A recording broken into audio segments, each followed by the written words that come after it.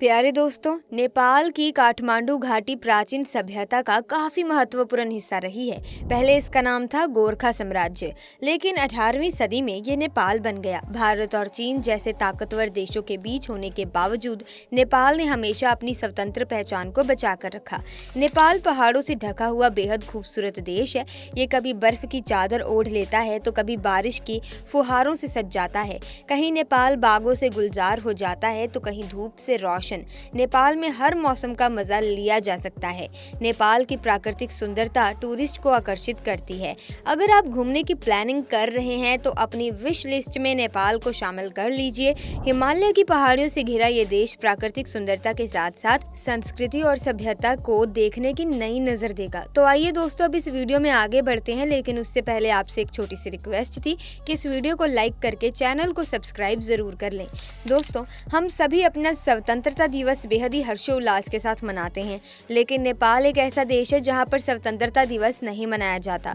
जी हां दोस्तों, नेपाल दक्षिण एशिया के सबसे पुराने देशों में से एक है, लेकिन फिर भी ये देश कभी किसी अन्य देश या साम्राज्य का गुलाम नहीं रहा।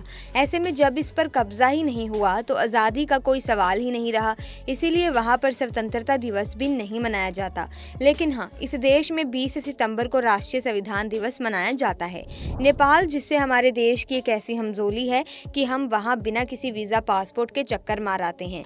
नेपाल जिसकी संस्कृति और आबो हवा ऐसी है कि हम उससे बेटी और रोटी का रिश्ता रखते आए हैं और इसे आगे भी जारी रखना चाहेंगे। नेपाल जहाँ हम बचपन में बाबूजी के जाने पर चाइनीज़ खिलौनों की प्रतीक्षा किया करते थे, जहाँ भारतीय रुपए का मान आज भी लगभग 1.5 गुना बढ़ जाता है, जिसे हाल तक दुनिया का एकमात्र हिंदू राष्ट्र होने का गौरव प्राप्त था।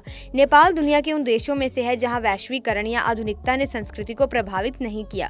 नेपाल एक बहुसांस्कृतिक क्षेत्र है। इसका धर्म, व्यापक प्रकृति और इसके विशाल पहाड़ों ने दुनिया की खूबसूरती में बड़ा योगदान दिया है। कपड़े, गहने, सहायक उपकरण और स्मृति चिन्ह खरीदने के लिए थमेल क्षेत्र नेपाल के पर्यटन स्थलों में से सबसे अच्छा है। विभिन्न प्रकार की दिलचस्प वस्तुओं को ब्राउज करते हुए स्ट्रीट शॉपिंग का आनंद लिया जा सकता है। अगर आप नेपाल जा रहे हैं और खरीदारी के लिए जगह ढूंढ रहे हैं तो ये जगह है मूलतः पर्यटकों की वजह से चलती है। जब आप इस स्थान पर जाएंगे तो आप निश्चित रूप से अपने आसपास बहुत सारे पर्यटकों को पा सकेंगे। इस स्थान पर बहुत सारी संकरी गलियां हैं और यहाँ विभिन्न दुकानें मौजूद हैं। लोग यहाँ फलों और सब्जियों से लेकर कपड़े और सामान तक हर तरह की चीज़ें बेचते हैं। अगर आप नेपाल में स्थानीय स्ट्रीट फूड का आनंद लेना चाहते हैं तो ये आपके लिए एक आदर्श स्थान है। दोस्तों, यूनेस्को के विश्व धरोहर स्थलों में से एक चितवन राष्ट्रीय उद्यान में नेपाल का एक अलग ही पक्ष देखने को मिलता है, जो वन्य जीवों का प्राकृतिक निवास है। उष्णकटिबंधीय मानसून जलवायु इसे वन्य जीवों को देखने और जंगल सफारी के लिए एक आदर्श स्थान बनाती है और नेपाल में घूमने के लिए सबसे अच्छी जगहों में से एक इसे बनाती है। ये पहली राष्ट्रीय उद्यान है जो नेपाल देश में बनाया गया था। इस राष्ट्रीय उद्यान की स्थापना वर्ष 1973 में की गई थी। ये राष्ट्रीय उद्यान मूल रूप से देश के दक्षिण मध्य भाग में स्थित है और नेपाल के सबसे अच्छे पर्यटक आकर्षणों में से एक है। फेवा झील मूल रूप से नेपाल के एक बहुत ही लोकप्रिय मीठे पानी की झील है और नेपाल के सबसे अच्छे पर्यटक आकर्षणों में से एक है। ये झील मूलतः पोखरा शहर के दक्षिण भाग में स्थित है। ये झील बांध और जलाशयों द्वारा नियंत्रित होती है और यही कारण है कि इस झील को अर्ध प्राकृतिक झील माना जाता है। इस झील की लोग अच्छे से देखभाल कर रहे हैं और यही वजह है कि ये इतनी खूबसूरत दिखती है। ये झील नेपाल देश की दूसरी सबसे बड़ी झील है। ये झील गंडकी प्रदेश की सबसे बड़ी झील है। ये नेपाल में सबसे ज्यादा देखी जाने वाली झील है और पूरे देश में पूरे साल बड़ी संख्या में पर्यटकों को आकर्षित करने के लिए जानी जाती है। नेपाल अपने ऊंचे पहाड़ों और अपनी प्राकृतिक सुंदरता के लिए जाना जाता है। हिमालय का एक महत्वपूर्ण हिस्सा नेपाल में है। दुनिया की सबसे ऊंची चोटी माउंट एवरेस्ट इस देश का गौरव है। इसके अलावा भी नेपाल में देखने के लिए बहुत कुछ है। पर्वतारोहण के साथ साथ रोमांच की तलाश करने वाले लोगों के लिए नेपाल एक पसंदीदा गंतव्य है।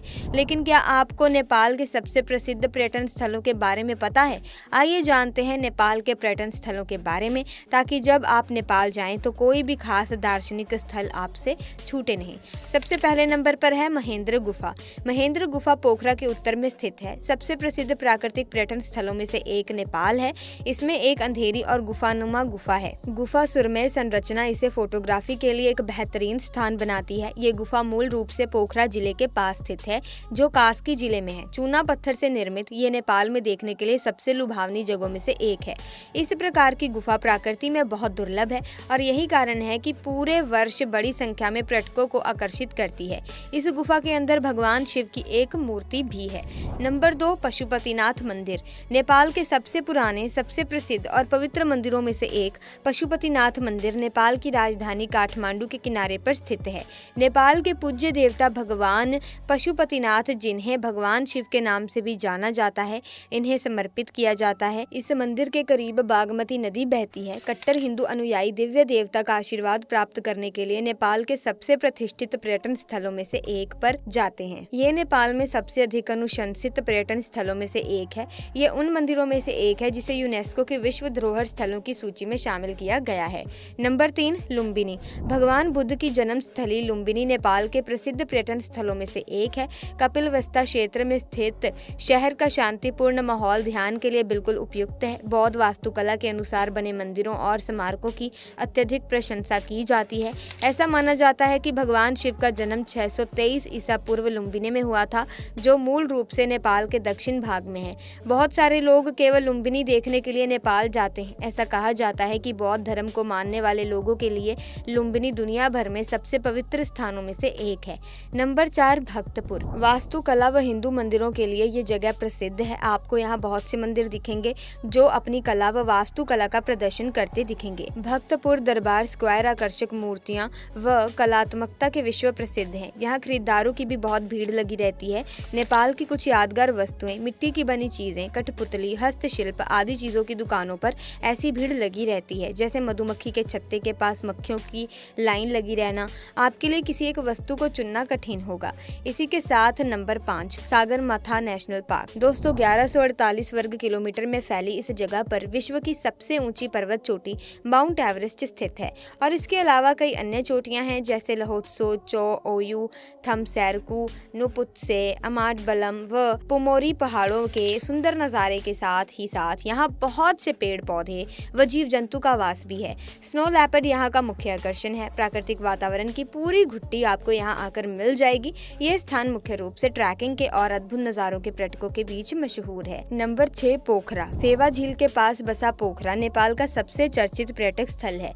आप इस रमणीय झील के पास बैठकर घंटों बिता सकते हैं और आपको समय का आभास भी नहीं होगा। मन को भरपूर शांति और भुला ना पाने वाला नजारा आपको इसकी शांत लहरों में खोने पर मजबूर कर देगा। पोखरा नेपाल दर्शनीय स्थल अन्नपूर्णा सर्किट का द्वार के नाम से भी मशहूर है और यहाँ आपको पैराग्लाइडिंग करने का सुनहरा अवसर भी मिलेगा। नंबर 7, बौद्धनाथ। काठमांडू से 7 किलोमीटर उत्तर पूर्व में स्थित बौद्धनाथ एक प्रमुख तीर्थ स्थल है और नेपाल में सबसे लोकप्रिय पर्यटन स्थलों में से एक है।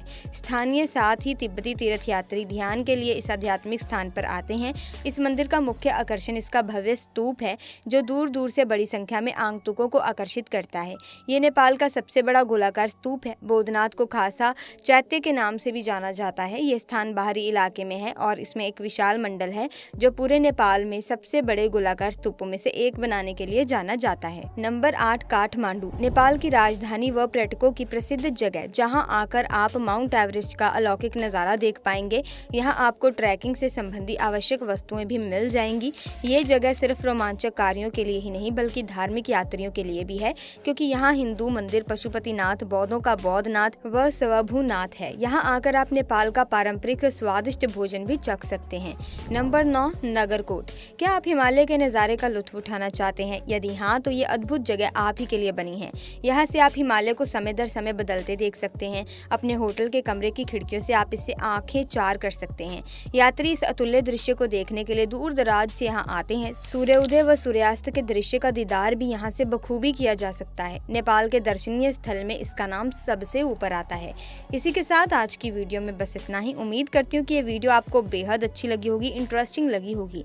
अब आप आगे किस जगह के बारे में जानना चाहते हैं, आप कमेंट सेक्शन में उसका नाम हमें जरूर बता दीजिएगा। हम उस पर भी एक वीडियो लेकर आएंगे आपके लिए। और साथ ही अगर वीडियो इंटरेस्टिंग लगी तो लाइक करें, शेयर करें, चैनल को सब्सक्राइब करें।